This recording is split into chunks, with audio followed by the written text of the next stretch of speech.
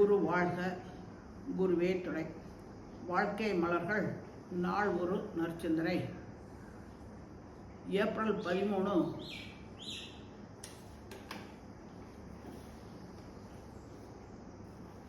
இன்றைய சிந்தனை தலைப்பு வினைப்பதிவின் கருவி என்ற ஒரு சிந்தனையை நாம் மேற்கொள்கிறோம். வினைப்பதிவுங்கும் போது நல்வினை தீவினை எல்லாம் தான். நாம் செய்யக்கூடிய ஒவ்வொரு செயலும் அவருக்கு பதிவுன்னா அச்சடிக்கிற மாதிரி இல்லை அப்படின்பார் மகிழ்ச்சி. கேரக்டரைஸ்டு, தரம், தன்மை மாற்றம் அடைகிறதான். இப்போது வினைன்னா செயல், கர்மா. அது எந்த மாதிரியான ஒரு செயலாக இருந்தாலும் கட்டாயம் விளைவு வந்து தான் தீரும். அது இந்த விளைவு எப்படி வருதுன்னா அந்த பதிவுகள் காரணமாகத்தான் விளைவு வெளிப்படுது. இப்போ மிருகங்களுக்கெல்லாம் அப்படி கிடையாது. இந்த சிந்தனை ஆற்றல் கிடையாது. நான் இதை செய்கிறேன், இதை திங்கிறேன், இதை போகிறேன் வர்றேன் அப்படியெல்லாம் ஒன்றுமே கிடையாது. ஆனால் மனிதர்களுக்கு தான் எண்ணங்கள் எண்ணங்கள் எண்ணங்கள் வந்துக்கிட்டே இருக்கும். அதான் இன்றைய சிந்தனையில் மகிழ்ச்சி சொல்கிறார்.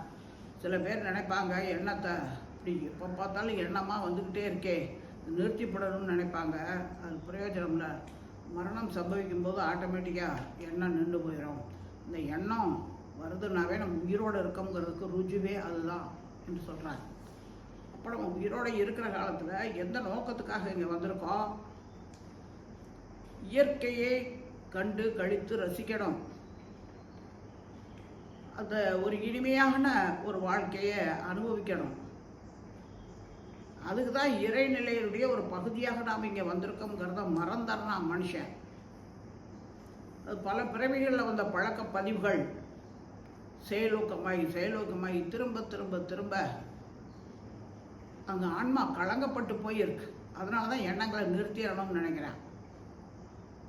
அந்த எண்ணத்தை கொண்டே எந்த நோக்கத்துக்காக இந்த பூமியில் நம்ம பிறந்திருக்கோமோ அந்த நோக்கம் நிறைவேற வைக்கணும். ஆனால் இடையில் எத்தனையோ சங்கடங்கள், உடல் நோய், மனக்குழப்பம், வாழ்க்கை சிக்கல் எத்தனை வருதோ அத்தனையும் வரும். எது வந்தாலும் இதுவரைக்கும் அந்த பழக்க பதிவுகள் காரணமாக மனிதன் என்ன நினைக்கிறான் அப்படின்னா அவங்களால வந்தது, இவங்களால வந்தது, அதனால் வெறுப்புணர்வு ஏற்படுது. வெறுப்புணர்வுங்கிறதே கோபம் அப்படிங்கிறது சினம் என்பவருடைய இன்னொரு பெயர் தான் வெறுப்புங்கிறது.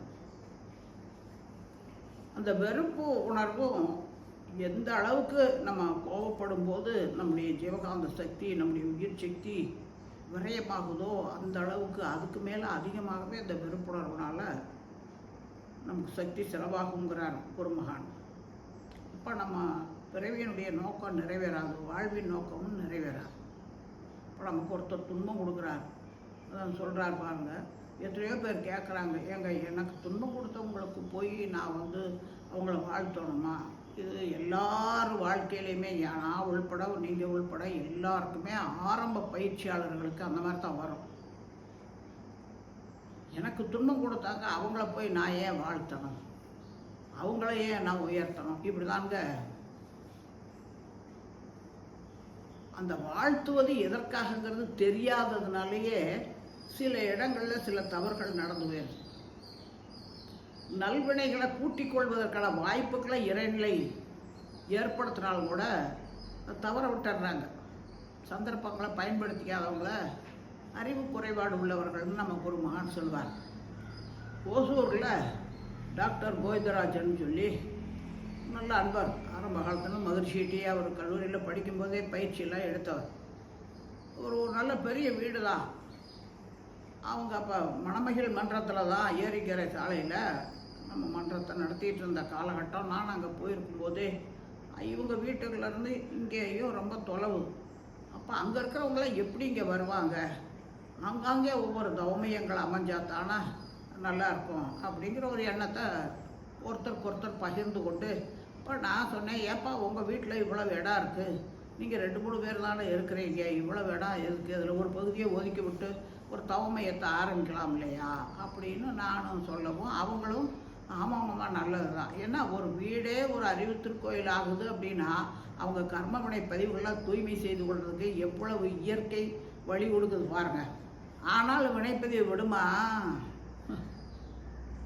வைராக்கியம் வேணும். எந்த இடத்துலையும் நல்வினை பதிவுகளை கூட்டிக் கொள்ளுறதுக்கு சந்தர்ப்பம் கிடைச்சும் கூட சிலருடைய அந்த தீய வினை பதிவுகளை அதை செயல்படுத்த விடாமல் தடுத்துருங்கிறதுக்கு இது ஒரு உதாரணம். ஏன்னா பல பேருக்கும் நம்ம வீட்டிலேயே ஒரு மன்றம் ஆரம்பிக்க மாட்டோமா அப்படின்னு நினைப்போம். ஏன்னா என்னுடைய இல்லத்தில் கூட இப்போ 12 ஆண்டுகள் அகில உலக பெண்கள் ஆன்மீக கல்வி அறக்கட்டளைன்னு நம்பர் 1 உலக சமுதாய சேவா சங்கத்தில் இணைப்பு பெற்று நடந்துகிட்டு இருந்தது. அதுபோல் ஒரு வீடே அந்த மாதிரி ஒரு அறிவுத்திருக்கோயில் ஆகணும் அப்படிங்கிறதுக்கு முன்னோர்கள் எவ்வளவு நல்வினை பயன் செஞ்சுருக்கணும், அதெல்லாம் யோசிக்கணும். இப்போ அவர் வீட்டிலேயே ஒரு தவமயத்தை ஆரம்பிக்கலாம்னு சொன்ன உடனே அவரும் சரின்ட்டார். அவங்க குடும்பத்தில் எல்லாம் ரொம்ப சந்தோஷம்தான். அப்போ சரி, அடுத்த நாள் காலையிலேயே ஒரு தவமயத்தை ஆரம்பிச்சு எல்லாருக்கிட்டையும் அங்கே அக்கம் பக்கத்தில் இருக்கவங்கள்ட்டையெல்லாம் சொல்லி சுருக்கமாக ஒரு விளக்கத்தை சொல்லி எல்லோரும் வந்து உடற்பயிற்சி கற்றுக்காங்க, இங்கே நல்ல இடம் அப்படி இப்படி எல்லாத்தையும் சொல்லியாச்சு. ஒரு சின்னதாக ஒரு தவத்தையும் நடத்திட்டு நாம் வந்துட்டோம். அதன் பிறகு பார்த்தோம்னா அடுத்த முறை நான் போகும்போது அவரை பார்க்கும்போது கேட்டேன், ஏப்பா உங்கள் வீட்டில் தவமையம் நடக்குதா? நடந்துச்சுங்கம்மா. அந்த சுற்றி இருக்கிறவங்களாம் வந்து உடற்பயிற்சி எல்லாம் கற்றுக்கிட்டாங்க கொஞ்ச நாள். அதன் பிறகு என்ன சொல்லிட்டாங்க அப்படின்னாக்கா, இவங்க நம்ம மன்ற அன்பர்கள் வந்து தவம் நடத்தும்போது தவ முடிவில் இந்த தவமையத்துக்காக இடம் கொடுத்து நமக்கெல்லாம் உதவி செஞ்சுருக்கக்கூடிய அந்த டாக்டர் கோவிந்தராஜன் குடும்பத்தினர் வாழ்க வளமுடன்னு வாழ்த்திட்டாங்க. இந்த சுற்று வட்டாரத்தில் இருக்கிறவங்களாம் என்ன சொல்லிட்டா, இவன்களை வாழ்த்துறதுக்காகவும் நாங்கள் அங்கே போய் உட்காந்து தவம் பண்ணணும், நாங்களாம் வரமாட்டோம்னு ஓடி போயிட்டாங்க. இப்படி தான். ஏன்னா அந்த வாழ்த்துவதனுடைய ஒரு நோக்கம் என்ன, நாமளும் வாழலாம், மற்றவங்களையும் வாழ வைக்கலாம். அந்த தீயவினை பதிவுகளெல்லாம் வெளியேறி நல்வினை பதிவுகள் செயலூக்கமாகிறதுக்கு ஒரு வாய்ப்பு ஏற்படும். அப்போ எந்த இடத்துல எனக்கு இவங்க மூலமாக துன்பம் வந்துச்சு அப்படின்னு நினைக்க மாட்டாங்க. இப்போ அதே அந்த டாக்டர் கோவிந்தராஜர் என்ன சொன்னார், நம்ம வீட்டில் ஒரு வாரம் தான் இங்கே தவம் நடக்கணும்னு நம்ம வினைப்பதிவு இருந்திருக்குவோம். இதுதான் பாசிட்டிவ் திங்கிங்கில் எடுத்துக்கணும். இப்போ அந்த அறிவுத்திருக்கோயிலுக்கு அவர் ஒரு பொறுப்பாளராக இருந்துக்கிட்டு ரொம்ப நாள் இடையில அவங்க சர்வீஸ் பண்ண முடியல. இப்போ ஒரு நல்ல பொறுப்பை இறையிலே கொடுத்துருக்கு. அவங்க வீட்டில் அமையலைனாலும் இப்போ அறிவுத்திருக்கோயிலில் ஒரு பொறுப்பாளராக இருந்து நல்ல சேவை செய்கிறார். தொண்டு செய்யணும்னு நினச்சோம்னா போதுங்க, அந்த வாழ்த்துங்கிற எண்ணம் தானாகவே வந்துடும். அதன் காரணமாக நம்முடைய தீயவினை பதிவுகள் எல்லாம் வெளிப்படாமல் எல்லாத்துலேயுமே பாசிட்டிவ் திங்கிங் உடன்பாட்டு எண்ணங்களாக நினைக்க தோணும். ஆபிரகாம் லிங்கன் அவர் அந்த அரசாங்க பிரதிநிதியாக பதவி ஏற்கிறாரு. பிரபுக்கள்லாம் கூடி ஒரு மீட்டிங் போட்டிருக்காங்க அன்றைக்கி அவரை பாராட்டுறதுக்காக.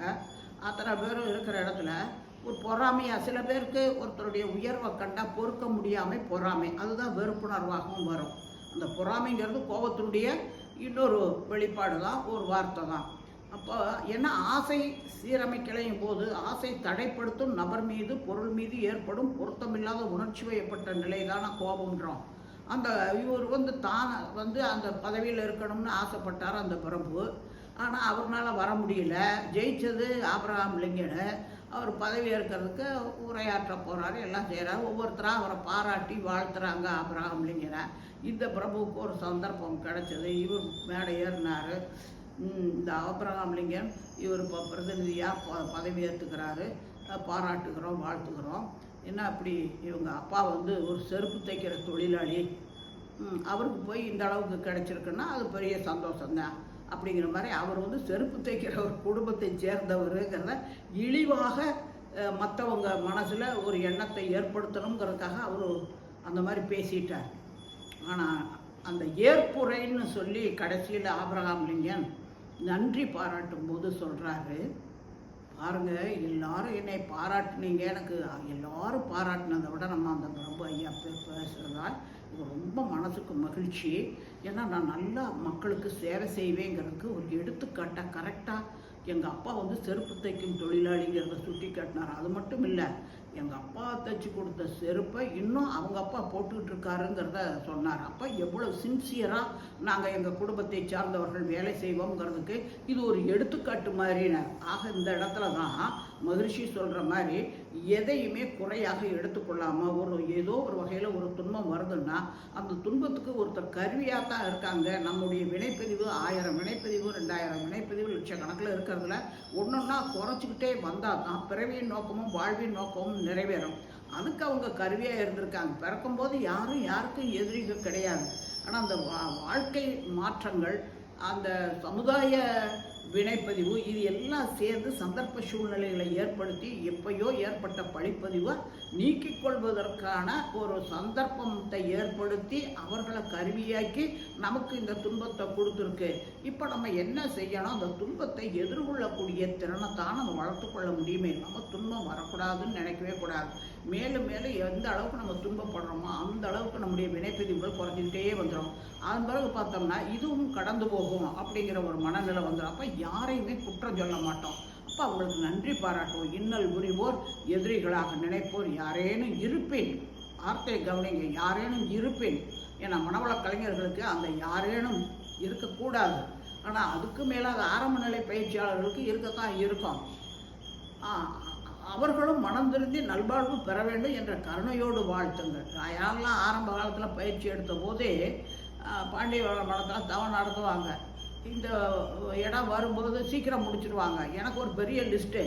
ஏன்னா நம்ம அரசாங்க அலுவலகத்தில் வேலை பார்த்த காலத்தில் எல்லா எதிரிகள் தான். யாரை பார்த்தாலும் துன்பம் கொடுக்குறவங்க இப்படியே இத்தனை பேர் லிஸ்ட்டில் இருக்காங்க. குடும்பத்தில் இத்தனை பேர் லிஸ்ட்டில் இருக்காங்க.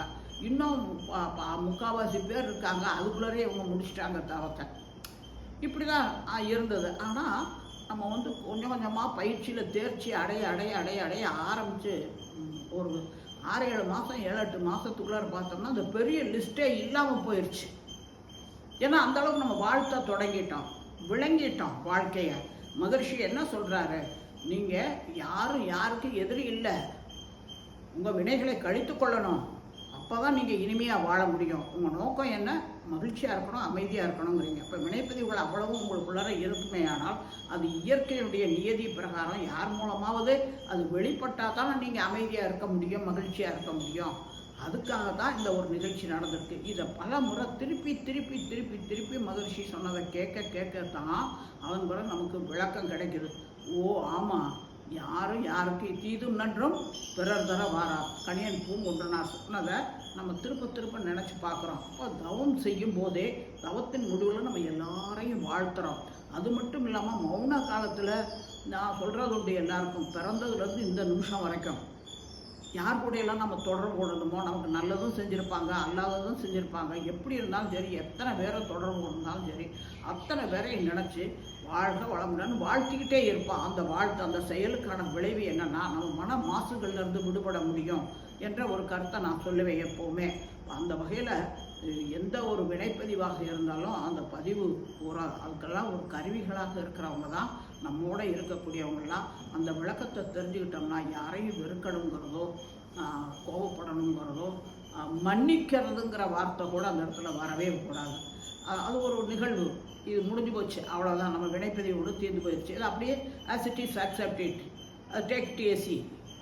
அதை சுலபமாக எடுத்துக்கக்கூடிய ஒரு பக்குவம் தவம் பண்ணுறவங்களுக்கு வந்துடும் அப்படிங்கிறத தான் மகிழ்ச்சி இன்னைக்கு நமக்கு உணர்த்துறாரு. மேலும் சிந்திப்போம், தெளிவு பெறுவோம். வாழ்க வளமுடன்.